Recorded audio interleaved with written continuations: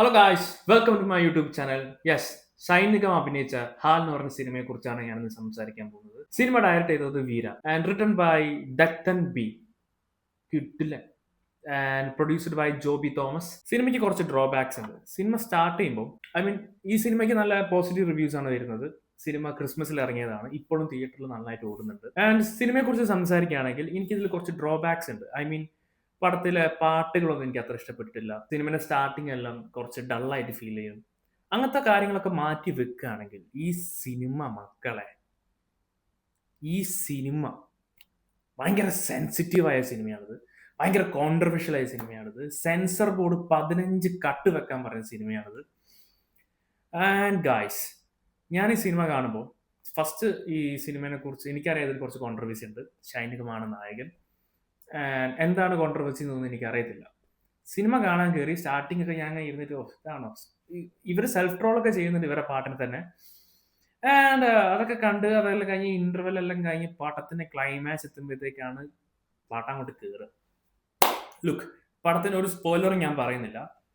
ഈ സിനിമയുടെ നല്ല നല്ല കാര്യങ്ങൾ പറഞ്ഞാൽ ഷൈനികത്തിന്റെ അഭിനയം, പുള്ളിയുടെ ഡാൻസ്, പുള്ളിയുടെ സ്ക്രീൻ പ്രസൻസ് ഒരു രക്ഷയില്ല. പുള്ളി അങ്ങ് കയറി കയറി പോവാണ്.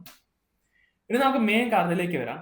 ഈ സിനിമയുടെ ഒരു തീം എന്ന് പറയുകയാണെങ്കിൽ പൊളിറ്റിക്കൽ, രാഷ്ട്രീയപരമായ കാര്യങ്ങളും നമ്മുടെ ജാതി മത പ്രശ്നങ്ങളൊക്കെ ഭയങ്കരമായിട്ട് സംസാരിക്കുന്ന ഒരു സിനിമയാണ്. ലവ് ജിഹാദിനെ കുറിച്ച് നന്നായിട്ട് വ്യക്തമായിട്ട് ഈ പടത്തിൽ പറയുന്നുണ്ട്. ലവ് ജിഹാദ് എന്താണെന്ന് അറിയാത്തവർക്ക് ഞാൻ പറഞ്ഞുതരാം. നമ്മുടെ നാട്ടില് ഒരു മതത്തെ നിന്ന് മറ്റൊരു മതത്തിലേക്ക് മാറ്റി വേറെ രാജ്യത്തേക്ക് കടത്തുന്നതിനാണ് ലവ് ജിഹാദ് എന്ന് പറയുന്നത്.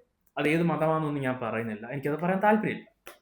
രണ്ടാമത്തെ കാര്യം, ഈ കാര്യം വെച്ചിട്ട് എങ്ങനെ ആൾക്കാർ മാനിപ്പുലേറ്റ് ചെയ്യുന്നു, ഈ ഒരു വിഷയം എങ്ങനെ മാനിപ്പുലേറ്റ് ചെയ്യുന്നു എന്ന് ഈ പടം വൃത്തിക്ക് കാണിച്ചിരുന്നുണ്ട്. ഹാറ്റ്സ് ഓഫ്, അടിപൊളി. രണ്ടാമത്തെ കാര്യം, പാരൻസ് കാണേണ്ട പടമാണ്. ഇപ്പോഴത്തെ ജനറേഷൻ പിള്ളേർ പ്രേമിക്കുമ്പോൾ ജാതി മാറണം, മതം മാറണം എന്നൊന്ന് വാശി പിടിക്കാതെ അവരെ ഇഷ്ടത്തിന് വിടാൻ നോക്കുക.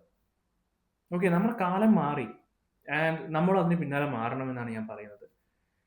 രണ്ടാമത്തെ കാര്യം, ഈ സിനിമയിൽ കുറെ കുറെ കുറെ കുറെ രാഷ്ട്രീയപരമായ കാര്യങ്ങൾ പറയുന്നുണ്ട്, നല്ല ഫണ്ണായിട്ട് പറയുന്നുണ്ട്. ആൻഡ് കുറച്ചങ്ങോട്ടും ഇങ്ങോട്ടും മാറിപ്പോയ വലിയ പ്രശ്നമാണ് പടമാണ്.